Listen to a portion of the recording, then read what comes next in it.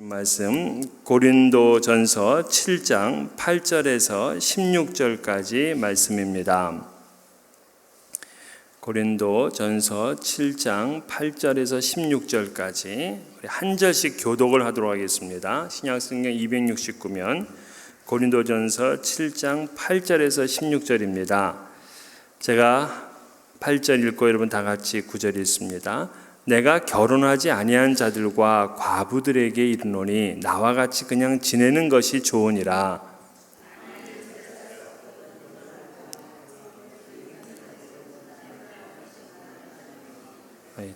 다시 그렇게 하려면은 읽지 마세요. 자, 다시 내가 8절 할 때 내가 9절을 소리에 맞춰서 큰 소리로 따박따박 그렇게 읽습니다. 자, 8절 시작합니다. 내가 결혼하지 아니한 자들과 과부들에게 이르노니 나와 같이 그냥 지내는 것이 좋으니라.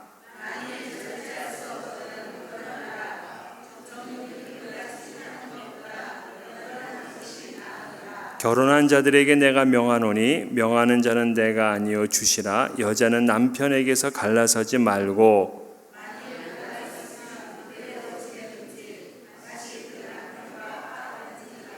남편도 아내를 버리지. 그 나머지 사람들에게 내가 말하노니 이는 주의 명령이 아니라 만일 어떤 형제에게 믿지 아니하는 아내가 있어 남편과 함께 살기를 좋아하거든 그를 버리지 말며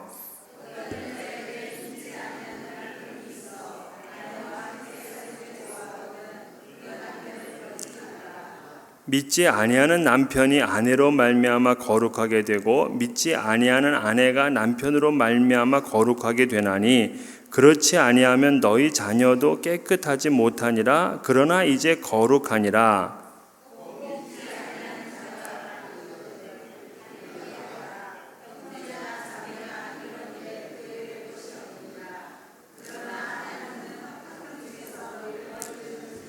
다 같이 읽습니다. 아내 된 자여 내가 남편을 구원할는지 어찌 알 수 있으며 남편 된 자여 내가 내 아내를 구원할는지 어찌 알 수 있으리요. 아멘. 우리 지난 시간에는 고린도전서 7장 1절에서 7절까지 말씀을 나누면서 독신과 결혼에 대한 말씀을 나누었습니다. 결론적으로 독신도 은사고 결혼도 은사다 하는 얘기였어요. 그렇기 때문에 독신자들은 혼자 산다고 부끄러워할 것도 없고 또 미안해할 것도 없습니다. 사실 사도 바울은 오히려 최고로 좋은 것은 독신으로 살면서 가정에 매이지 아니하고 하나님을 위해서 평생 사는 것, 그게 가장 좋은 거다. 그렇게 얘기를 할 정도였습니다. 그러나 그렇다고 결혼이 죄스러운 것 역시 아닌 거죠. 결혼도 은사기 때문에 결혼을 통해서 하나님의 뜻을 이루면 되는 것입니다. 하지만 우리가 꼭 인생의 목표가 결혼만은 아닌 거죠. 그 결혼한 인생은 성공한 인생이고 결혼하지 않고 일생을 살았다, 그거 실패한 것이 아니라는 겁니다. 우리 인생의 목적이 무엇입니까? 우리 인생의 목적은 오직 하나예요. 하나님께 영광을 돌리는 것입니다. 그래서 그 요리문답 제1문이 사람의 제일 되는 목적이 무엇입니까? 하는 질문에 대해서 이렇게 답을 하죠. 사람의 제일 되는 목적은 하나님을 영화롭게 하고 영원토록 그를 즐거워하는 것입니다. 이게 요리문답 첫 번째 질문입니다. 이건 되게 알죠? 근데 두 번째 질문이 있어요. 두 번째 질문은 이렇습니다. 우리가 어떻게 하나님을 영화롭게 하며 그를 즐거워할 것인가를 지시하기 위해 주신 법칙은 무엇입니까? 이게 두 번째 질문이에요. 자, 우리 인생의 목적이 하나님을 영화롭게 하고 그를 영원토록 즐거워하는 것인데 그렇게 되기 위해서 우리에게 주신 법칙은 도대체 뭐냐? 그렇게 질문한 게 두 번째 질문이라고요. 그 답은 역시 신구약 성경입니다.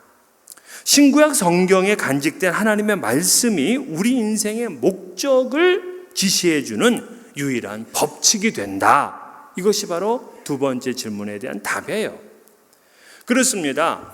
오늘 우리 인생은 결혼하는 게 성공, 결혼 안 하고 일생을 살면은 그건 실패, 그거 아니에요. 하나님을 영화롭게 하는 것, 또 그를 위하여 성경의 말씀과 교훈을 따라서 사는 것, 그것이 가장 멋진 삶이라는 거예요. 그걸 위해서는 독신도 좋은 것이고 결혼도 좋은 것이다. 사실 결혼하게 되면 가정에 아무래도 매이고 또 자녀 교육에 매이게 됩니다. 싱글이었다면 주님을 위해서 정말 아무것도 이렇게 걸림이 없이 그렇게 열심히 일할 사람인데, 결혼하게 됨으로써 그냥 가정을 돌보느라고 주님의 일을 못하는 사람들이 너무너무 많단 말이에요. 그리고 돈 벌어서 주님께 헌금도 하고 주님을 위해서 써야 되는데 애들 교육하느라고 주님을 위해서 아낌없이 드릴 것이 자꾸 부족한 것입니다. 그래서 바울 사도는 뭐라 그랬느냐? 고린도전서 7장 7절에 모든 사람이 나와 같기를 원하노라. 즉 독신이 되기를 그렇게 원했어요. 이것이 독신과 결혼의 큰 틀이었습니다. 그런데 오늘 본문은 좀 더 구체적인 상황들에 대한 교훈이 되는데요. 이 8절 9절은 싱글들에게 주는 교훈, 또 10절과 11절은 결혼한 사람들, 그리고 12절부터 16절까지는 결혼을 했는데 불신자와 결혼한 사람들 어떻게 해야 되느냐, 그것에 대한 오늘 교훈이 오늘 본문의 주제고 말씀입니다. 자, 먼저 싱글들에게 8절에 보면 결혼하지 아니한 자들과 과부들에게 이르노니 나와 같이 그냥 지내는 것이 좋으니라. 결혼하지 아니한 사람들은 미혼자고 과부들은 이미 결혼의 경력이 있는 사람입니다. 모두 싱글이라고 하잖아요. 그러니까 우리 미국에서도 결혼했다가 헤어지게 되면 그분이 미세스에서 미스로 바뀌어지는 거잖아요. 그렇습니다. 그래서 나이 많은 사람이라고 전부 다 미세스가 아니란 말이에요. 요즘 한국에서는 이런 분들을 돌싱이다, 돌아온 싱글이라고 줄여서 그렇게 이제 부르기도 합니다. 근데 바울은 이러한 싱글들에게 결혼하지 말고 지내라, 이렇게 말씀을 하고 있어요. 자꾸 이 말씀을 해서 난 제이드 집사님이 계속 걸리는 거예요. 아직 결혼을 앞두고 있는데 자꾸 하지 말라는 말이에요. 결혼 계획하고 있는 분에게는 상당히 꺼림이 되는 말씀이 될 건데, 그러나 거리낄 것 없어요. 디모데전서 5장 14절에 보면 바울의 또 다른 이야기가 나옵니다. 그는 젊은 과부에게 말해요. 젊은 과부에게 시집 가서 아이를 낳고 집을 잘 다스리라, 그렇게 말을 해요. 그래서 대적에게 비방할 기회를 조금도 주지 말라, 그렇게 교훈했다고요. 그러니까 이 말씀은 뭐냐? 과부에게 결혼하라 하는 얘기예요. 그런데 오늘 본문에서는 결혼하지 말라, 그렇게 말하고 있어요. 아니, 왜 어디에서는 결혼하라고 그러고 어디에서는 결혼하지 말라 그러느냐? 그거는 특수한 상황이기 때문에 그렇습니다. 이 바울 사도가 고린도 전서를 쓸 때와 디모데 전서를 쓸 때에는 벌써 시간적으로 몇십 년의 차이가 져요. 근데 이 고린도 전서를 쓸 때 사도 바울은 주님께서 곧 재림하실 것이다, 임박한 환난이 있을 것이다, 이렇게 생각하고 있었어요. 그렇기 때문에 그 환난이라는 게 국가적으로 아마 여러 가지 정세가 어려워서 이 국가적인 어려움을 당할 것 같으니까 결혼하지 말라 그랬는지, 아니면 주님께서 오실 것이기 때문에 결혼하지 말라는지 분명치는 않아요. 하지만 이렇게 환난의 때에 결혼을 하겠다고 애쓰는 것보다는 오히려 하나님을 위해서 더 봉사하는 것이 낫기 때문에 오늘 본문에서는 혼자 지내는 것이 더 낫다, 그렇게 말하고 있는 거예요. 바울 사도는 무조건 독신을 강요하는 것이 아닙니다. 안정된 사회에서는 그렇게 얘기하지 않았어요. 또 절제할 수 없거든 결혼하라, 그렇게 말했잖아요. 정욕에 불타서 죄를 짓는 것보다는 결혼하는 것을 택하라, 그렇게 말했어요. 이것도 우리가 또 잘 해석해야 되는데, 그럼 바울이 단지 결혼이라는 것은 그냥 성적인 충동을 억제하기 위한 그냥 그런 방편으로 결혼하라는 것이냐, 결혼을 그렇게 낮게 평가하는 것이냐, 그렇게 오해해서는 안 돼요. 왜냐하면 이 당시 고린도 지역은 대단히 타락한 도시였거든요. 그러므로 신앙인이 거룩하기 위해서는 오히려 결혼해서 그 가정의 순결을 지켜라 하는 이제 그런 의미로 볼 수 있는 것입니다. 바울 사도는 어쨌든 그가 혼자 살든 결혼해서 살든 목표는 똑같이 다 하나님의 영광을 위해서 살라는 거죠.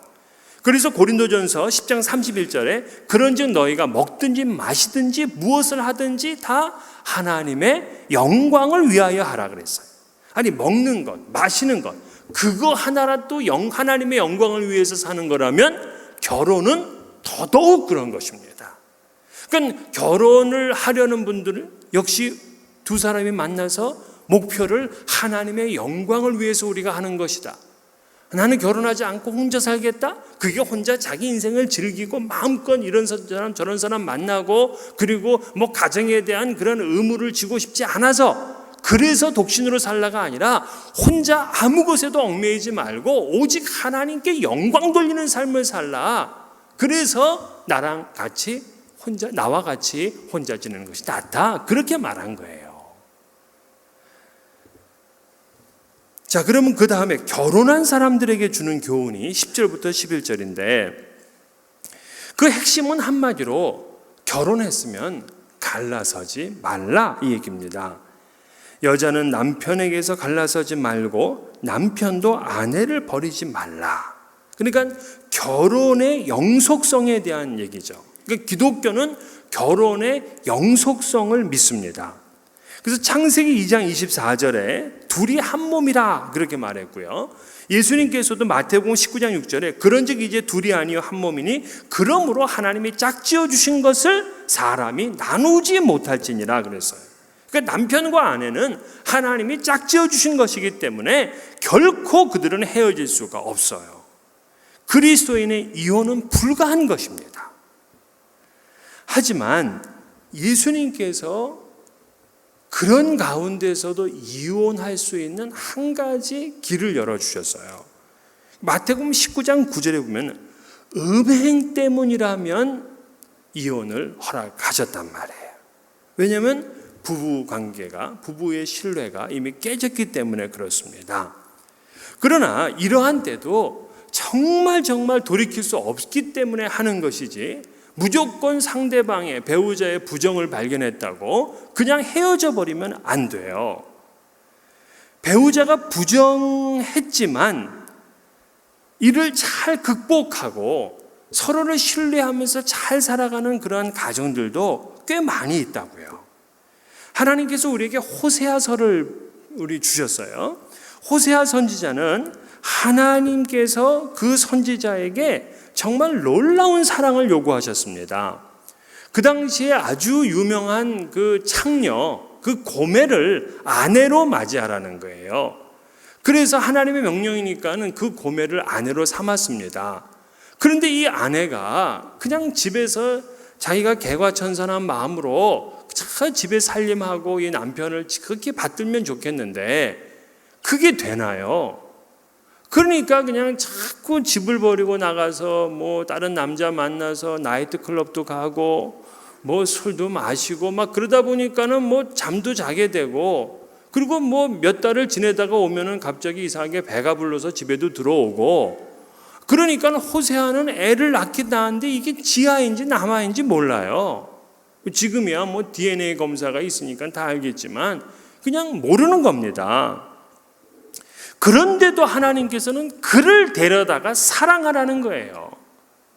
그런데도 호세아 3장 1절 너는 또 가서 타인의 사랑을 받아 음녀가 된 그 여자를 이게 지금 결혼을 한 여자예요. 호세아와 결혼한 부인입니다. 근데 타인의 사랑을 받아서 음녀가 돼서 집을 나가버렸대요. 그 여자를 사랑하라 그렇게 명령했어요.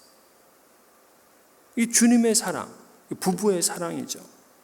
비록 다른 남자의 사랑을 받았던 여인이지만 그 여자를 사랑해 주라 하는 겁니다. 그래서 다른 남자들이 사랑했던 그 사랑과는 다른 진정한 가치가 있는 사랑. 이 싸구려 사랑이 아니라 몸을 탐하는 사랑이 아니라 그녀를 고귀하게 여겨주는 그러한 사랑을 네가 하라 하고 명령을 했다고요. 이것이 부부입니다. 그러니까 오늘날 너무 쉽게 헤어지는 그러한 결혼의 풍속에 경종을 울리는 그러한 말씀이에요. 그러면서 10절에 뭐라 그러냐면 만일 갈라섰으면 그대로 지내든지 다시 그 남편과 화합하든지 하라. 사실 결혼을 하고 헤어졌는데 또 그 남편과 만나는 거는, 결혼하는 거는 그런 예는 많지 않죠. 뭐 좀 있기는 하겠지만은요. 그러니까 이 말은 뭐냐면 너무 속단해서 헤어지는 것을 경고하는 그러한 말씀으로 우리가 이해를 해야 됩니다. 사실 이혼하고 다른 사람하고 살아도 그렇게 행복하지를 않다 그래요.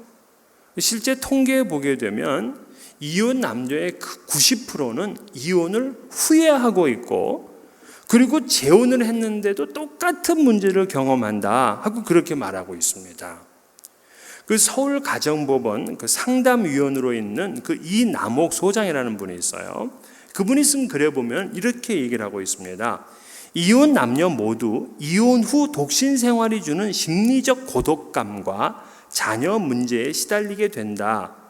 이혼에 대한 이런 후회는 전 배우자를 그리워하는 형태로 나타나기보다는 결혼 생활을 좀 더 잘했으면, 좀 더 존중하고 감사와 사랑을 표현하고 지냈으면 하는 식의 후회로 나타난다. 그렇게 말했어요. 그리고 결혼 생활에서 힘든 부분도 있었지만 좋았던 부분이 많았다는 것을 대부분 이혼하고 난 뒤에야 알게 된다며, 특히 남성의 경우 부부관계가 애정관계보다는 애착관계라는 사실을 몰랐던 점, 편안하고 따뜻한 것을 너무나 당연히 여겨왔다는 점을 뒤늦게 깨닫고 후회하는 경우가 많다. 그렇게 말을 했습니다. 그래서 이혼자들은 재혼한 뒤에도 그 초혼 때와 같은 문제를 경험하게 돼서 적잖은 좌절을 경험하고 또다시 그 이혼을 후회하게 된다는 겁니다. 그래서 그 재혼의 이혼율은 초혼 이혼율보다 4배가 더 많다 하는 것이 현재 통계입니다. 근데 왜 그렇게 많은 사람이 한번 해봤으니까 다시 하면 잘해야 되잖아요. 근데 왜 4배나 많은 사람들이 또 헤어지게 되느냐 하면은, 결국 이혼 문제 발생의 원인은 결혼 상대방에 있다기보다는 자신에게 먼저 있다는 것을 알아야 된다. 이혼 남녀의 재혼 상담에서도 이혼의 원인이 자신에게 있었다는 것을 깨닫게 하는 것이 재혼 성공을 위한 중요한 상담 과제다. 그렇게 말을 했습니다. 그러니까 한마디로 있을 때 잘하자 이 얘기죠. 저 사람은 더 나을 거야 라고 하지만 더 똑같은 거죠. 자기가 바뀌지 않는데 맨날 그대로지 뭐 다른 게 어디 있겠습니까? 그러므로 한 부부로 살면서 거룩한 부부로 서로 사랑하며 살아야 되는 거예요. 성경에서 결혼에 대한 교훈을 말해주고 있습니다. 제가 그냥 쭉 한번 읽어볼게요. 결혼은 하나님의 창조적인 계획이다. 창세기 2장 18절에서 24절. 결혼에는 커다란 기쁨의 시간들이 포함되어 있다. 예레미야 7장 34절. 결혼은 자녀를 낳을 수 있는 최고의 환경을 창조한다. 말라기 2장 14절 15절. 결혼은 영원하다. 마태복음 19장 6절. 원칙적으로 죽음만이 부부관계를 갈라놓을 수 있다. 로마서 7장 2절 3절. 남편과 아내는 각각 상대 배우자의 소유다. 고린도서 7장. 지난번에 우리 말씀을 나눴죠. 부부관계는 원칙적으로 사랑의 실천에 기초를 두고 있다. 에베소 5장 21절에 33절. 부부관계는 그리스도와 교회의 관계를 생생하게 보여주는 하나의 상징이다. 에베소 5장 23절에 32절. 결혼은 선하며 고귀하다. 히브리서 13장 4절. 상대 배우자를 돌봐야 할 책임을 맡고 있다. 베드로전서 3장 1절에서 7절. 이 말씀을 보게 되면 정말 결혼에는 기쁨도 있고 또 결혼에는 그만큼 책임도 있습니다. 그래서 이미 결혼하신 분들은 하나님 앞에서 더 거룩한 부부로 살아가고 하나님께 영광을 돌리는 가정이 되도록 그렇게 최선을 다해서 애를 써야 되는 것입니다. 그럼 마지막으로 불신 배우자와 결혼한 신앙인은 어떻게 할까? 자, 불신자와 결혼한 경우도 두 가지죠. 불신자와 결혼한 경우도 있고 또 둘 다 믿지 않았지만 결혼해서 한 사람이 믿게 되는 경우도 있습니다. 자, 우선 바울 사도는 비록 불신자와 결혼했다고 하더라도 믿는 배우자와 사는 것을 좋아하면 버리지 말라, 그 얘기입니다. 그러니까 한마디로 믿음 때문에는 헤어지지 말라는 거예요. 사실 청춘 남녀가 이 말씀 전에 알아야 될 것이 있는데, 신앙인의 결혼 상대는 반드시 믿는 사람이어야 됩니다. 그래야 서로 이해하고 서로 꿈을 키워나가는 거죠. 자녀 교육에 있어서도 부모를 공경하고 또 자신의 생활을 하는 데 있어서도 세계관이 다르게 되면 너무나 어려운 생활을 하게 돼요. 행복하지 않습니다. 근데 문제는 서로 사랑에 빠지게 되면 상대가 믿지 않아도 그게 걸림돌로 느껴지질 않아요. 그러니까 내 힘으로 내가 구원하겠다고 합니다. 교회도 데리고 나오게 하고 그리고 그 사람을 자기가 세례받기도 하고 그를 구원하겠다라고 하지만 그거 쉽지 않습니다. 내 마음대로 되는 게 아닙니다.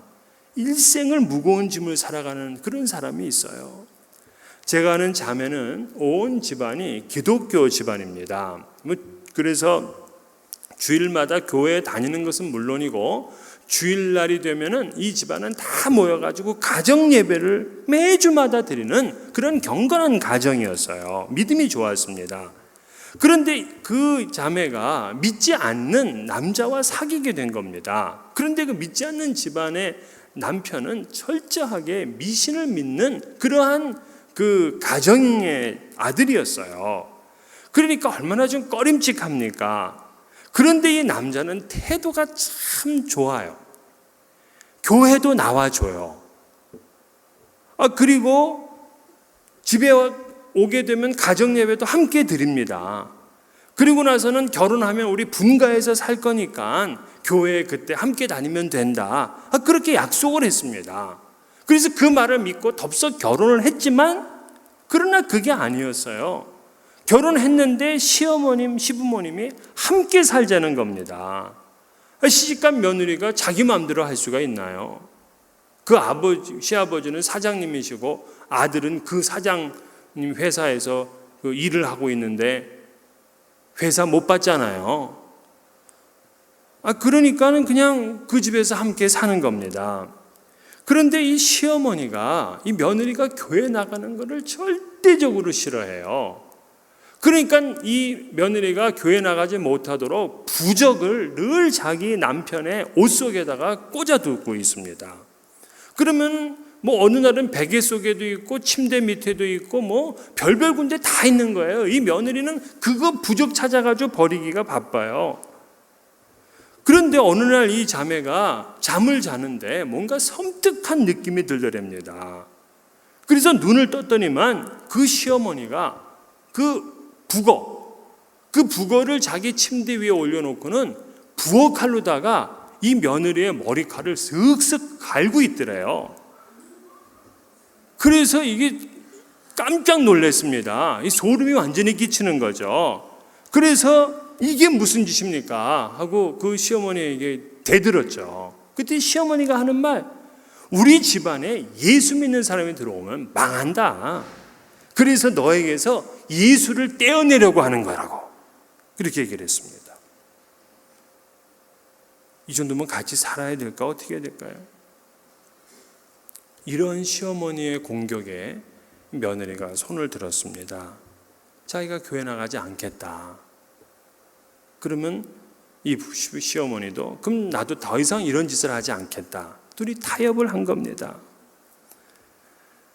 물론 이제 그러고 나서 자식을 낳아서 그 자식은 이제 교회에서 하는 유치원에 이제 보내면서 자기 자식이라도 어떻게 예수를 믿게 하려고 애를 쓰고 있지만 정말 불신자와 결혼한 대가를 혹독하게 치르고 있더라고요. 신앙생활을 못하니까 그 행복하지를 않아요. 마치 고기가 물에서 떠나 있는 그런 것 같아요. 저는 그 후로 이 불신자와 결혼을 하겠다는 교회 청년을 어떻게 해서든지 말립니다. 지금은 한 50대 초반이 된 혼자 사는 자매가 있어요. 이 자매는 연대 음대를 나온 아주 재원인데 이 30대 한 초반이 됐을 때 저를 찾아왔어요. 그러면서 아주 좋은 신랑감이 있다고 합니다. 인류대학도 나오고 직장도 최고래요. 근데 예수를 안 믿는데 어떻게 하면 좋겠냐 하고 제게 상담을 하더라고요. 제가 그랬어요. 그런 거 묻지도 말라. 그런 건 당장에 그만두라 하고 얘기를 했습니다. 그랬더니 정말 그 남자와 만나질 않습니다. 지금 50이 넘었는데 아직도 혼자 살고 있더라고요. 네, 혼자 살고 있어요. 제가 미안할까요? 안 미안할까요? 난 전혀 안 미안해요. 난 전혀 안 미안해요. 지금도 이 자매는 교회 일만 주라고 합니다. 내가 그때 말리기를 얼마나 잘했어요. 그쵸, 이 자매는 주님을 신랑 삼아서 주님만 모시고 살아요. 여러분, 믿지 않는 사람하고 함부로 결혼하지 마세요. 그러면 안 돼요. 인생 불행해지는 거예요. 종치는 거예요, 종치는 거. 재산 보고, 그 사람의 직업 보고, 그러면 안 됩니다. 예수 잘 믿고 성실한 사람이면 된 거예요. 그런데 이미 불신자와 사는 사람은 어떻게 해야 되느냐는 거예요. 불신자와 사는 사람, 그 배우자가 좋다고 하면은 헤어져서는 안 돼요. 그 불신자인데 내 신앙을 이해해 주고 있어요. 그렇다면 그냥 하나님의 뜻이려니 하고 그냥 살아야 됩니다. 왜냐? 14절을 보게 되면 믿지 아니하는 남편이 아내로 말미암아 거룩하게 되고 믿지 아니하는 아내가 남편으로 말미암아 거룩하게 되나니 라고 그랬어요. 즉 거룩이라는 것은 도덕적인 영향력 또는 하나님의 복이 불신 배우자들에게 흘러가는 것을 말하는 거라고요. 그러니까 믿지 않는 배우자도 그 믿음의 배우자를 잘 섬겨주게 되면 복이 흘러가게 돼 있다고요. 그래서 저도 그런 분 많이 봤는데 이 남편은 교회를 절대 나오질 않아요. 그런데 이상하게도 아내를 교회까지는 데려다 줘요. 그것도 또 특이하더라고요. 아내를 교회에 데려다 주고 아내가 가가지고서 예배 드리고 1시간 뒤에 나오게 되면 그 아내를 기다렸다가 태우고 자기 집을 가는데 그렇게 10년을 하고 있는 거예요. 절대 예배당 안으로는 안 들어와요. 그냥 성전 뜰만 밟고 가는 겁니다. 그런데 왜 그분이 그 아내를 10년 동안 그렇게 교회를 데려다 주느냐? 이분은 아내가 귀한 것을 알아요. 자기는 비록 믿지 않지만 자기를 위해서 기도해주고 그리고 자식을 잘 믿음으로 키우는 것, 그거를 인정하고 알기 때문에 그런 거죠. 그래서 마지막 천국이라는 것이 있다면 그 아내의 치맛자락을 붙들고 천국 가고 싶은 거죠. 이런 분들은 나중 되면 교회에 나오더라고요. 나와요. 그 아내의 운전기사로 10년을 넘게 섬기다가 그런 분이 세례받고 그런 분이 장로가 된 분도 있어요. 왜 이분들이 그렇게 나오게 되면 열심히 나오느냐? 10년 동안 훈련했어요. 10년 동안 훈련했기 때문에 이분들은 이미 하나님을 섬길 수 있는 이 베이스가 만들어져 있는 거예요. 빠지진 않습니다. 믿는 아내가 끝까지 주님만을 붙들고 사니까 결국 그 남편도 거룩하게 되고요. 그 자녀도 거룩하게 되는 겁니다. 이토록 믿는 배우자를 이해해 주는 사람이 있어요. 함께 살아야 되는 거예요. 그런데 15절을 보게 되면 믿지 않는 배우자가 신앙의 문제로 갈라서자고 하면 어떻게 할까? 믿지 않는 배우자가 신앙의 문제로 갈라서자 하고 얘기하면 어떻게 되느냐? 갈라서라는 겁니다. 이에 대해 형제 자매가 구애될 것이 없다는 거예요. 굉장히 파격적인 말씀이죠. 하지만 실제 그 통계를 보게 되면은요, 그 신앙의 문제 때문에 헤어지는 사람들이 참 많아요. 그러나 이때도 섣부르게 판단하시는 말아야 됩니다. 하나님이 생각하는 그 결혼의 이상은 결혼의 영속성이거든요. 이미 결혼했다면 하나님이 정해주신 사람이라고 끝까지 믿어야 돼요. 물론 결혼하기 직전, 그러니까 결혼식장에 들어가기 직전, 결혼 서약을 하기 직전까지는 정말 이 사람이 하나님이 나에게 정해준 사람인가 아닌가를 끝까지 의심해 봐야 될 필요가 있어요. 그래서 아니면 그때라도 아니요 하는 게 더 나아요. 그러나 예스 했으면 그 사람과 평생을 함께 살아가야 됩니다. 그래서 16절 말씀에도 보면 아내된 자여 내가 남편을 구원하려는지 어찌 알 수 있으며 남편된 자여 내가 내 아내를 구원하려는지 어찌 알 수 있으리요. 그렇습니다. 이미 결혼했다면 헤어지지 말라는 거예요. 나로 인해 그가 구원받을지 누가 아느냐. 그러니까 우리는 끝까지 하나님께 구하고 끝까지 하나님께 기도해야 되죠. 베드로전서 3장 1절 2절도 그래요.